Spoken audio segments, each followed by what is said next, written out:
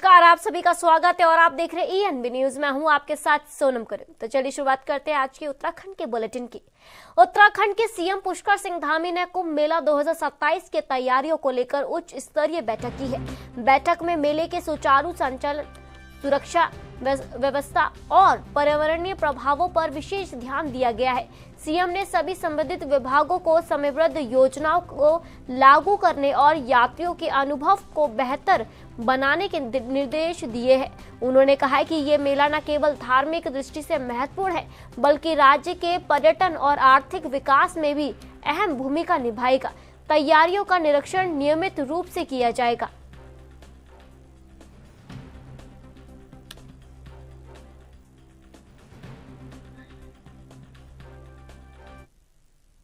उत्तराखंड के सीएम पुष्कर सिंह धामी ने कहा कि ये डॉक्टर नित्यानंद का जन्म शताब्दी वर्ष है और इस अवसर पर राष्ट्रीय संगोष्ठी का आयोजन किया जा रहा है।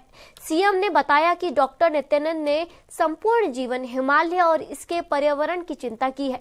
उन्होंने सीमांत क्षेत्रों की डेमोग्राफी और विकास के जोखिमों पर पहले ही गहन विचार किया था। उनकी दूरदर्शिता आज भी हमारे काम आ रही है। मुख्यमंत्री ने उन्हें नमन करते हुए उनकी सोच को आगे बढ़ाने का संकल्प लिया है।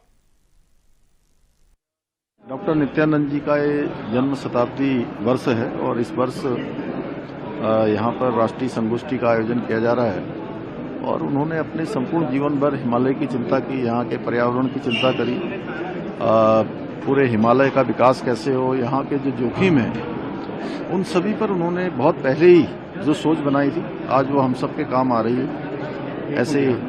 ऐसे मनीषी को उनके जन्म शताब्दी वर्ष पर हम उनको नमन करते हैं और उनकी सोच को हम आगे बढ़ाएंगे। यहाँ पर उनके नाम से शोध केंद्र भी चल रहा है जो अनेक क्षेत्रों में काम कर रहा है, विकास भी, पर्यावरण के क्षेत्र में भी हम उसको और तेजी से आगे बढ़ाएंगे। जो डेमोग्राफी के बारे में भी उन्होंने, जो सीमांत क्षेत्र हैं वहाँ की डेमोग्राफी खराब हो रही है, जिस प्रकार से आज हमारे सामने एक खतरा है, उन्होंने उसकी चिंता भी बहुत पहले की थी और आज हमारे प्रधानमंत्री जी के नेतृत्व में पूरे देश के अंदर वाइब्रेंट विलेज की योजना चल रही है। राज्य के अंदर हम भी ऐसे सीमांत क्षेत्रों को विशेष रूप से वहाँ पर सभी सुविधाएं बने, वहाँ पर वहाँ का पलायन रुके, क्योंकि वो केवल नागरिकों की दृष्टि से भी और देश की सुरक्षा।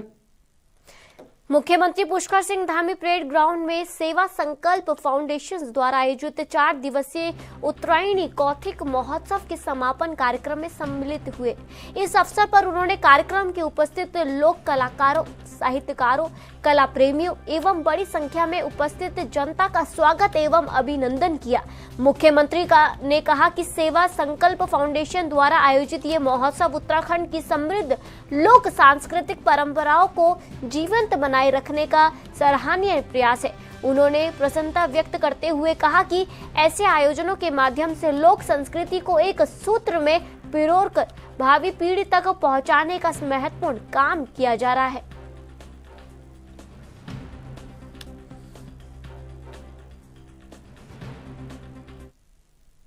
अंकिता मामले को पूर्व मुख्यमंत्री हरीश रावत ने सफल बताया। उन्होंने कहा कि इंडी गठबंधन के सभी सहयोगी दल, लाइक माइंडेड कर्मचारी संगठन और विभिन्न सामाजिक संगठनों ने इस मुद्दे पर गंभीरता से समर्थन दिया। हरीश रावत ने कहा कि अंकिता मामले की सीबीआई जांच चल रही है, लेकिन ये सीटिंग जज की देखरेख में नहीं हो रही है। उनकी मांग है कि सीबीआई जांच सीटिंग जज की निगरानी में हो ताकि मामले की निष्पक्षता बनी रहे।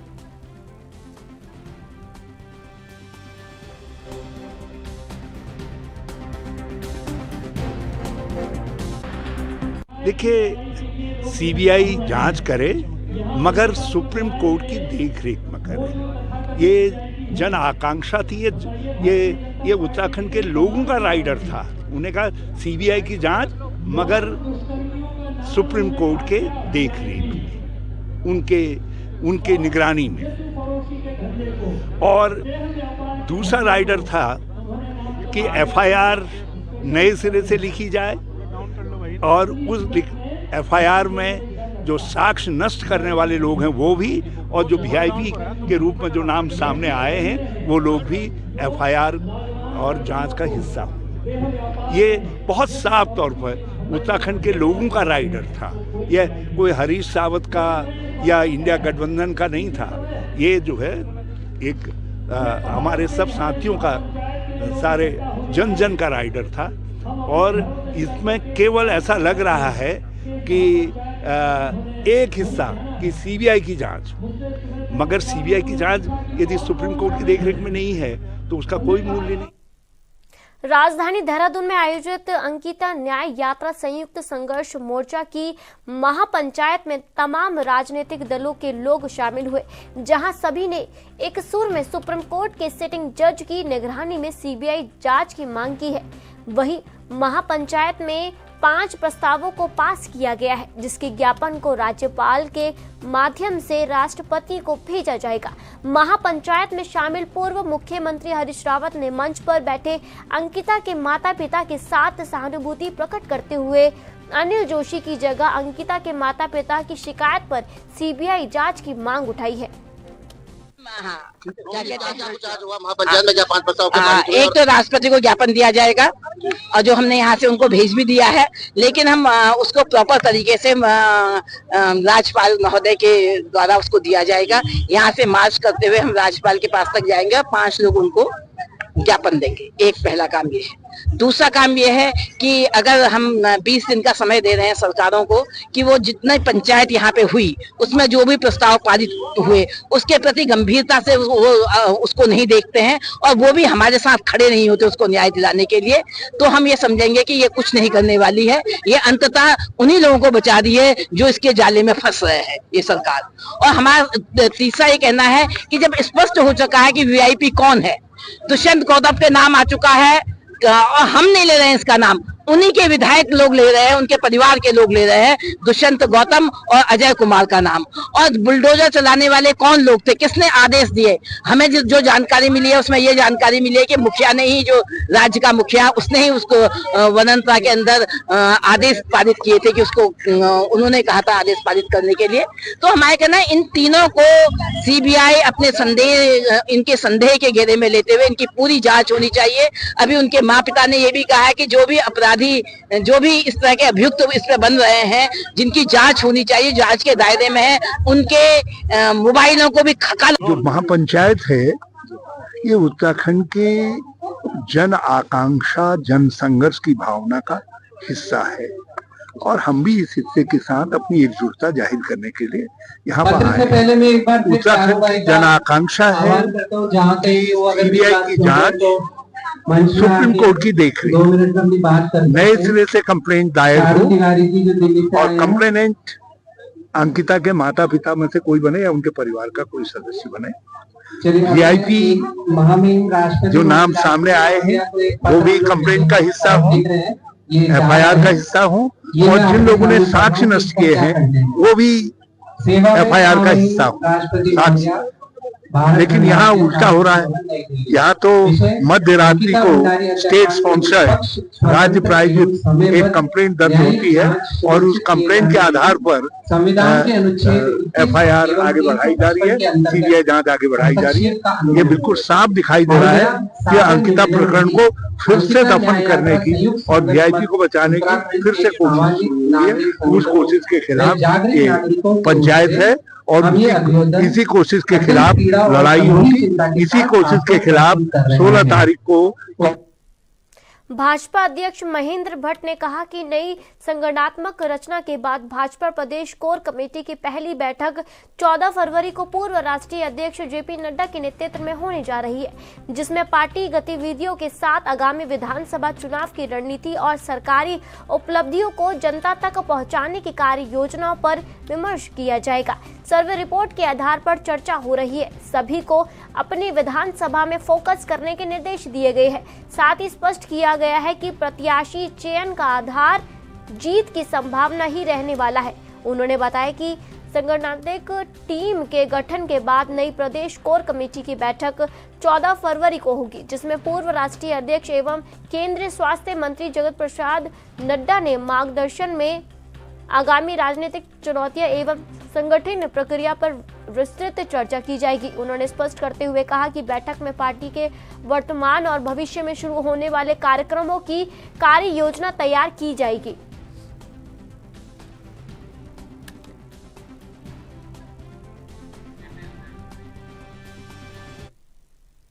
अंकिता भंडारी हत्याकांड को लेकर विपक्षी दलों ने महापंचायत का आयोजन किया है, जिसमें कांग्रेस के घटक दल और तमाम संगठन शामिल हुए। प्रदर्शनकारियों ने मांग की है कि मामले की सीबीआई जांच सुप्रीम कोर्ट के मौजूदा या सेवानिवृत्त जज की निगरानी में हो, ताकि निष्पक्ष न्याय सुनिश्चित किया जा सके। बीजेपी प्रदेश अध्यक्ष महेंद्र भट्ट ने कहा कि जांच शुरू हो चुकी है और इसमें विभिन्न दल शामिल है। उन्होंने विपक्ष पर निशाना साधते हुए बताया कि महापंचायत में जिन दलों को बुलाया गया है वे उत्तराखंड आंदोलन के दौरान हुई घटनाओं से जुड़ी रही है।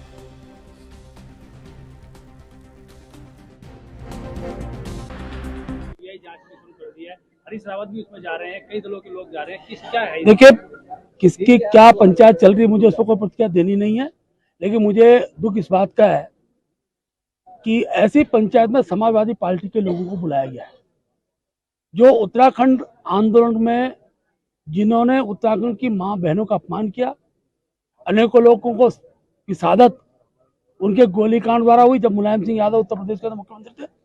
ऐसे लोगों को महापंचायत बुलाकर जो मैसेज कांग्रेस सहित विपक्षी दलों ने दिया है, उसको उत्तराखंड की जनता कभी माफ नहीं कर सकती।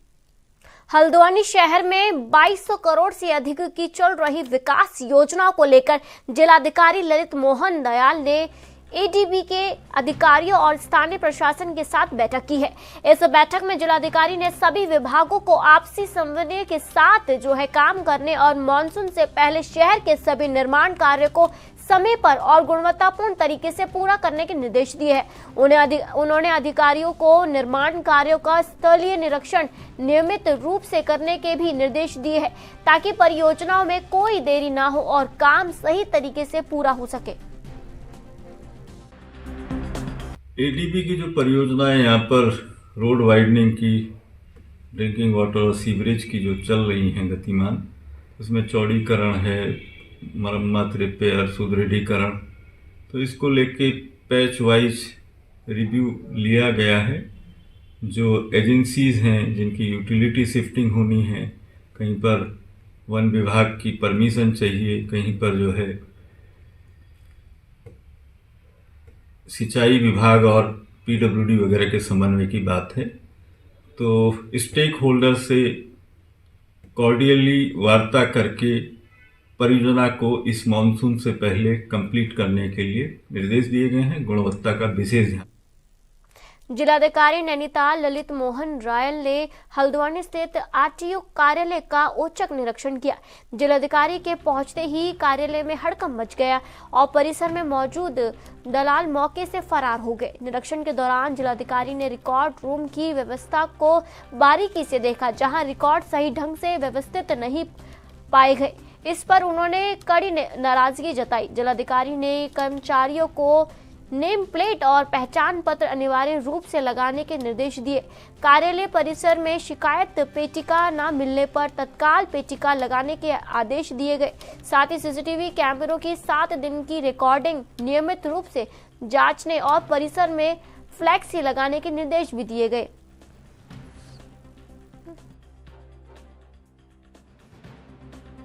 यहाँ पर बहुत सारे ऐसे टेम्परेरी रिकॉर्ड है जो वीडिंग जिसकी प्रक्रिया चल रही है इनकी, और जो परमानेंट नेचर का रिकॉर्ड है उसको रिकॉर्ड रूम में रखने के लिए कहा गया है। शिकायत पेटिका नहीं है यहाँ पर, तो शिकायत पेटिका लगाने के लिए कहा गया है। जो यहाँ का परमानेंट स्टाफ है उनकी नाम पट्टिका होनी चाहिए, उनका पहचान पत्र उनके गले में प्रदर्शित होना चाहिए। फ्लैक्सी लगाने के लिए कहा गया है कि यहाँ पर इस परिसर में कोई एजेंट सरकार द्वारा अधिकृत नहीं है। इसके अलावा फ्लैक्सी में ये भी डिस्प्ले होना चाहिए कि यहाँ पर सभी सेवाएं निर्धारित मूल्य पर दी जाती हैं। कोई भी व्यक्ति अगर जल्दी काम कराने का या कोई ऐसा दावा करता है, वादा करता है, तो ऐसे संदिग्ध लोगों को परिसर से बाहर करें और सरकारी कर्मचारी के प्रतिरूपण के रूप में अगर कोई आता है यहाँ पर, तो उसमें फिर आईपीसी की सुसंगत धाराओं में कार्रवाई होनी चाहिए। भारतीय न्याय संहिता के जो नया कानून है उसमें इन्फोर्समेंट होना चाहिए। जो यहाँ पर लोग अपने रजिस्ट्रेशन, ड्राइविंग लाइसेंस या अन्य कामों से आए हैं, उन लोगों से भी यहाँ पर संवाद किया गया है। वो अभी यहाँ पर ऑनलाइन इनकी। वक्त हो गया एक छोटे से ब्रेक का।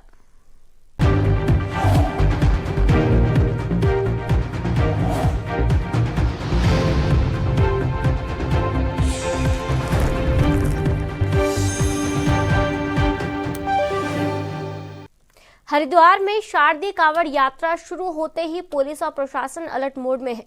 ये यात्रा महाशिवरात्रि 15 फरवरी तक चलेगी।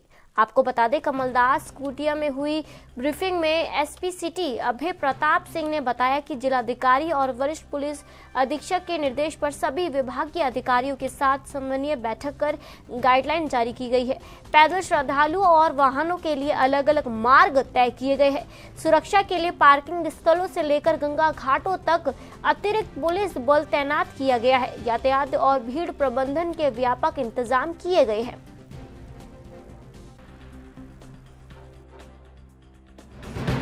देखिए, शारदीय कांवड़ स्टार्ट हो चुकी है, जो कि 2 फरवरी से शुरू होकर के और महाशिवरात्रि जो हमारा 15 तारीख को पड़ेगा, उस दिन तक विशेष रहेगा।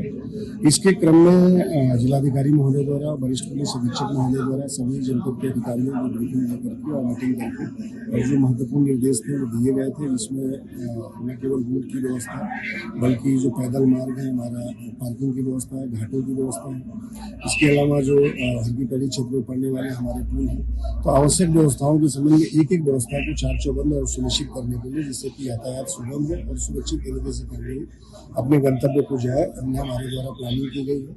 संपूर्ण कांवड़ यात्रा के दृष्टिगत जो पुलिस बल की तैनाती की गई है, एसएसपी महोदय के निर्देश के क्रम में 9 जोन और 19 के करीब हमारे द्वारा सेक्टर बनाया गया है। प्रत्येक जो जोन है उसके प्रभारी हमारे द्वारा गैजेटेड अधिकारी को बनाया गया है और इसी तरीके से जो सेक्टर है उसमें इंस्पेक्टर और सब इंस्पेक्टर रैंक के अधिकारी नियुक्त किए गए हैं। चूंकि हमारे वहाँ जो कांवड़ यात्री हैं, इस वाले में लगभग 90% के जो कांवड़िए हैं वो वाया नजीराबाद, बिजनौर होकर के आते हैं, जो पीछे से मुरादाबाद, रामपुर, उधम सिंह नगर, उधर अपना रामनगर, पीलीभीत, बरेली, इन क्षेत्रों से आते हैं। तो उसके लिए हमने वहाँ पे चिड़ियापुर में भी आवश्यक व्यवस्थाएं की है।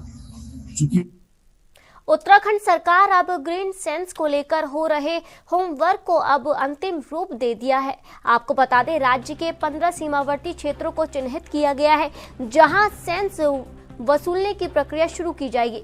आपको मैं ये भी बता दूं, सरकार ने इन क्षेत्रों में 100 करोड़ रुपए सालाना आय जुटाने का लक्ष्य तय किया है। ग्रीन सेंस का उद्देश्य राज्य की आय बढ़ाना है और अब इस पूरे प्रदेश में 15 जगहों पर लागू किया जाएगा। 15 फरवरी से ग्रीन सेंस वसूली शुरू होगी और इन संस्थानों पर ANPR कैमरे लगाए जाएंगे, जो वाहन नंबर प्लेट को स्कैन कर सेंस वसूलेंगे।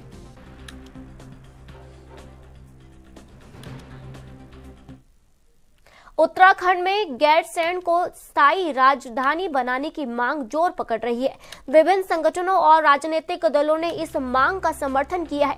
पूर्व IAS अधिकारी विनोद रतूड़ी के नेतृत्व में स्थायी राजधानी गैरसैंण समिति ने जन चेतना अभियान शुरू किया है, जिसमें लोगों से संपर्क कर उनकी राय जानी जा रही है। थराली विधानसभा से विधायक भूपाल राम टमटा ने भी गैरसैंण को स्थायी राजधानी घोषित करने की मांग की है। उनका कहना है कि इससे क्षेत्र में विकास और रोजगार के अवसर बढ़ेंगे। उत्तराखंड सरकार ने गैरसैंण को ग्रीष्मकालीन राजधानी घोषित किया है। अभी जो पिछली बार जो हमारे यहाँ बहुत बड़ी आपदा आई थी थराली विधानसभा के अंतर्गत, चाहे वो नंदानगर का इलाका हो, चाहे देवाल का हो, चाहे थराली चिपड़ों का हो, तो कहीं न कहीं उससे भी हमारा क्षेत्र काफ़ी आपदा से प्रभावित रहा है। और हमारी सरकार ने, माननीय मुख्यमंत्री जी ने खुद आपदा ग्रस्त क्षेत्रों का दौरा किया था और तत्काल प्रभाव से जिला प्रशासन हो, तहसील प्रशासन हो, उनके द्वारा त्वरित कार्रवाई करते हुए कहीं न कहीं लोगों को राहत देने का जो काम किया था। और आजकल पुनर्निर्माण, पुनर्स्थापना का जो कार्य चल रहा है, क्योंकि हमारे यहाँ कैजुअलिटी भी हुई थी, बहुत सारे मकानें क्षतिग्रस्त हो गई थी, पुल क्षतिग्रस्त हो गए थे, हमारी सड़कें बहुत ज़्यादा, छोटी पुलिया, रास्ते, तमाम चीज़ें हमारी आपदा से प्रभावित हुई थी। तो आजकल उन पर काम चल रहा है और मैं समझता हूँ कि चूँकि इतने बड़े भूभाग में आपदा का आना, उस पर निर्माण कार्यों का जो होना, ये कहीं ना कहीं इसमें थोड़ा सा हमको और अधिक मेहनत की ज़रूरत है कि हम लोगों के बीच जो लगातार संवाद बना हुआ है, तो लोग इस बात को महसूस कर रहे हैं। और मैं समझता हूँ कि आज हमारी सरकार कोटद्वार शहर में शरारती तत्वों द्वारा सांप्रदायिक माहौल खराब करने की कोशिशें के बाद पुलिस ने अलर्ट बढ़ा दिया है। आपको बता दें, एडिशनल एसपी चंद्र मोहन सिंह ने बताया कि पुलिस ने अपने सत्यापन और चेकिंग अभियान में तेजी ला दी है।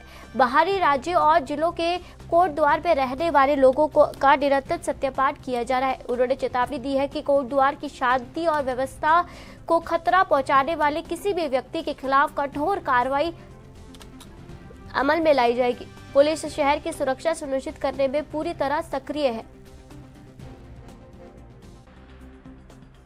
लगातार अलग अलग क्षेत्रों में जो है सत्यापन और चेकिंग वगैरह करवाते रहते हैं। तो सत्यापन के लिए हम लोगों ने जो किराएदार हैं उनका जो सत्यापन है, जो बाहरी व्यक्ति जो यहाँ पर काम करते हैं, यहाँ पर फैक्ट्री में और यहाँ पर निवास रहते हैं, तो उनके हम लगातार सत्यापन कर रहे हैं। और आगे भी जो है यह सत्यापन की प्रक्रिया चलती रहेगी। और इसमें हम लोगों ने ऐसे लोगों पर जो है पुलिस अधिनियम के तहत कार्रवाई भी की है जिन्होंने। फिलहाल आज के बुलेटिन में इतना ही और आप देखते रहिए ANM न्यूज़। नमस्कार।